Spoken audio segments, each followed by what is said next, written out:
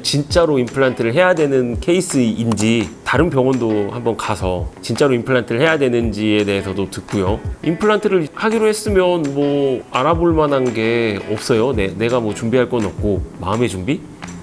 뭐 경제적인 금액, 어떤 식으로 수술이 진행이 되고 이 임플란트가 얼마나 걸릴지, 그리고 이게 좀 아픈 케이스인지 이런 거를 꼭 원장님한테 물어보면 돼요. 임플란트 쉬운 케이스는 5분이면 해요. 환자분이 뭐 벌써 했어요 라고 물어볼 정도로 피도 안 나요. 거의 무절개로 환자분 보고 여기는 뼈가 충분하시네요 라고 설명을 드리고, 제가 마취하고 들어가면 한 5분 정도면 심을 수 있을 것 같아요 라고 5분도 안 걸리는 경우도 많고요. 어려운 케이스들은 말씀을 드려요. 한 30분 정도는 걸릴 것 같아요. 여기서 제일 힘든 부분은 뭐 치아를 빼는 부분이에요. 뭐 이렇게 얘기를 드릴 수도 있고, 뼈가 없거나 잇몸이 없으신 분들은 오래 걸리죠. 이제 설명을 드리고, 한 임플란트 하나지만 이거는 제가 많이 집중을 해서 해야 되는 부분이라 광범위하게 뼈 이식을 해야 되고 해서 1시간 정도 걸릴 수도 있어요. 제일 심한 경우는 어떤 분들이냐면요, 특히 앞니 하시는 분들인데 여기서 뼈를 떼요. 직사각형 모양으로 두께를 얇게, 사랑니 있잖아요. 사랑니 있는 그 하방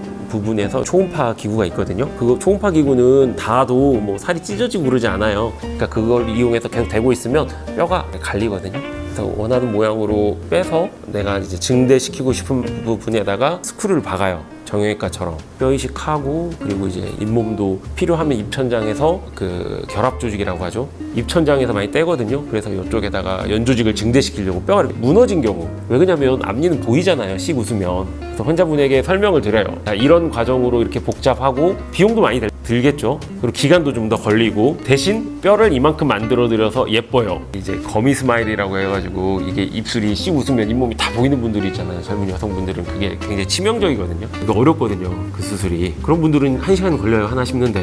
여기서 또 떼야 되고 입천장에서도 떼야 되고 하니까. 어떤 분들은 5분이면 되고. 의사 선생님한테 물어봐서 어떤 과정으로 될지에 대한 파악, 내 임플란트는 어떤 식으로 해서 완성이 되겠구나. 그리고 많이 겁이 나신 분들은 부작용을 한번 물어보시고요. 가장 큰 부작용이 뭘까요? 거의 일어나지 않지만, 여기서 제일 부작용이면 뭐 임플란트가 성공하지 않아서 다시 심는 거죠. 아니면 뭐 여러 가지가 있으니까요. 위치에 따라서 뭐 그런 것들로 들을 수가 있고. 그거다. 전신질환 있으신 분들 있잖아요. 전신질환이라는 게 내가 이제 병이 있어서 약을 먹어요. 그런 분들은 수술하기 전에 조절을 하셔야 돼요. 우선 임플란트 수술이 쉽게 하시는 분도 있지만, 아까 말한 것처럼 입 안이 보면 잇몸이 빨갛게 다 혈관이거든요. 그래서 피가 많이 나요. 치과 수술을 하게 되면 우리가 이제 고혈압 약이라던가, 아니면 뭐 뇌질환, 치매 예방, 아니면 과거에 심장 혈관 이쪽 수술을 하셔서 혈액순환제 같은 걸 드시는 분들이라던가, 아니면 신부전 있잖아요. 방광, 콩팥 그쪽 부분에서 투석 같은 거 하시는 분들은 피가 굳으면 안 되니까 항응고제 같은 거 드시고, 그런 분들은 약을 좀 끊어야 돼요, 며칠. 혈액순환제 같은 걸 먹게 되면 피가 많이 나요. 그래서 제 시야가 잘 안 보여요, 수술을 할 때.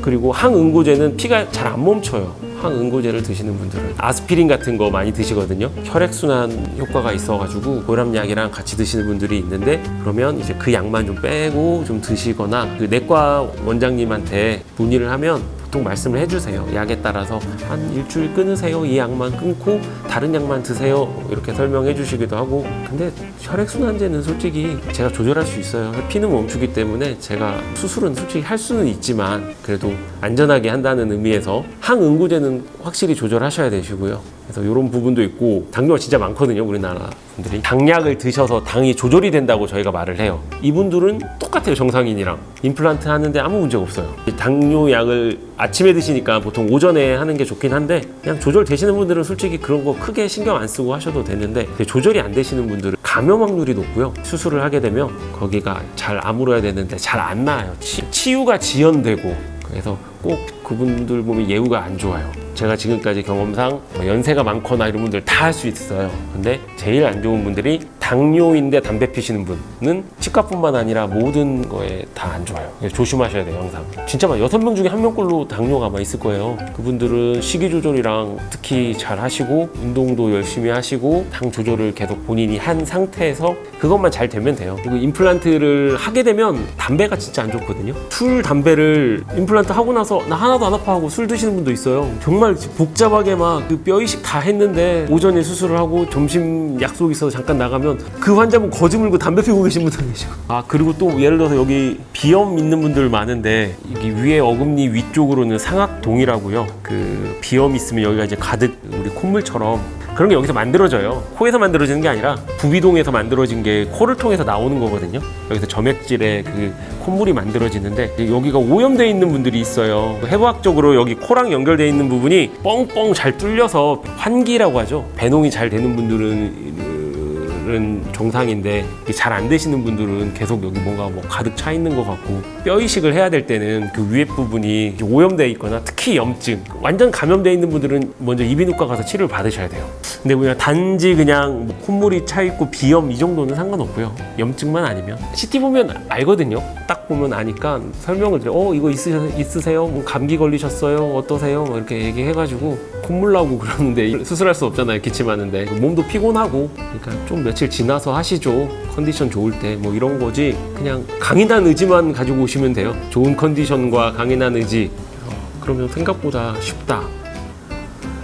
특히 저한테 하시면 하나도 안 아프다. 그리고 전혀 안 아프다.